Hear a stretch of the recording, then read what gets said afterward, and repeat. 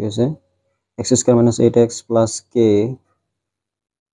দিঘাত বহুপদটোৰ শূন্য দুটাৰ বৰ্গৰ যোগফল 40 হলে k এৰ মান উলিওয়া। k এৰ মান কিমান হ'ব? আমি ধৰিলাম এই দিঘাত বহুপদটোৰ শূন্য দুটা আলফা আৰু বিটা।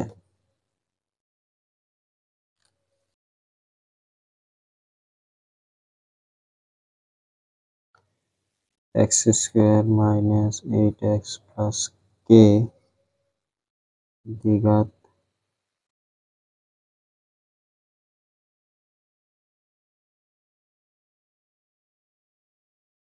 বহুপদটোৰ শূন্য দুটা আলফা আৰু বিটা। শূন্য দুটাৰ যোগফল কিমান হ'ব?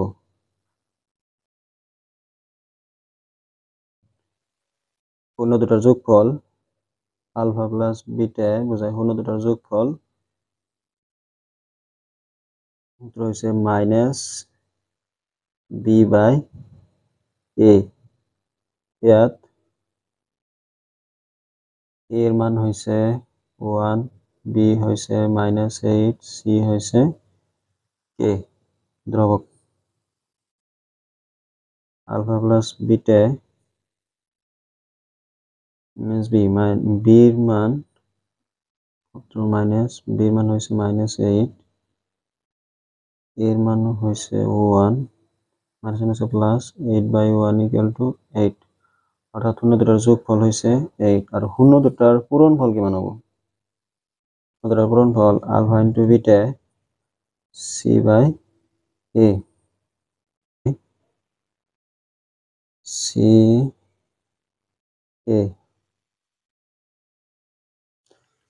মধ্যে পূরণফল c/a, c মান হচ্ছে k, এর মান হচ্ছে 1, k/1 k। প্রশ্ন মতে কইছে যে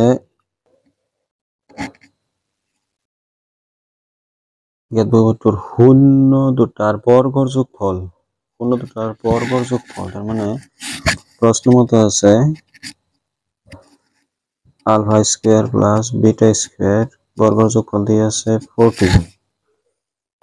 যে কথা হল তুমি এটা সূত্র পাইছো যে a² plus 2ab plus b² equal to a plus b whole square. এই সূত্র পাইছো। এবার যদি a² b² রাখো তাহলে কি হবে? a plus b whole square minus 2ab হবে।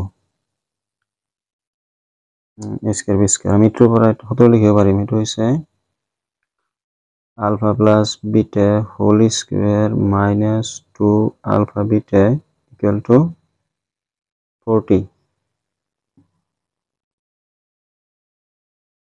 তাৰপিছত আলফা প্লাস বিটার মান আমি পাইছো 8 স্কয়ার মাইনাস 2 আলফা বিটার মান আলফা ইন্টু বিটা k 40 থেকে একটু বড় ফলে রাখিম 2k, নাম্বার 2 ফলে লই যাম 40, এটা ফলে গেল হবো 8 স্কয়ার মাইনাস 2k 40, 8 স্কয়ার মানে হয়েছে 64, 2k। এটা প্লাস আছে, এটা মাইনাস, আমি ডাঙরটার পর 40 মাইনাস করি। 64 এর পর 40 মাইনাস করলে হবো 24, কিন্তু চিহ্নটি হবো মাইনাস কারণ ডাঙরটার আগত মাইনাস আছে। তাৰপিছত কে রাখি -24, এই -2 ফালে লৈ গেলে হরণ হবো, এটা ক্যান্সেল। 24 2 রে হরণ করলে হবো 12 থেকে k ইকুয়াল টু 12, নির্ণয় k মান 12 হবো।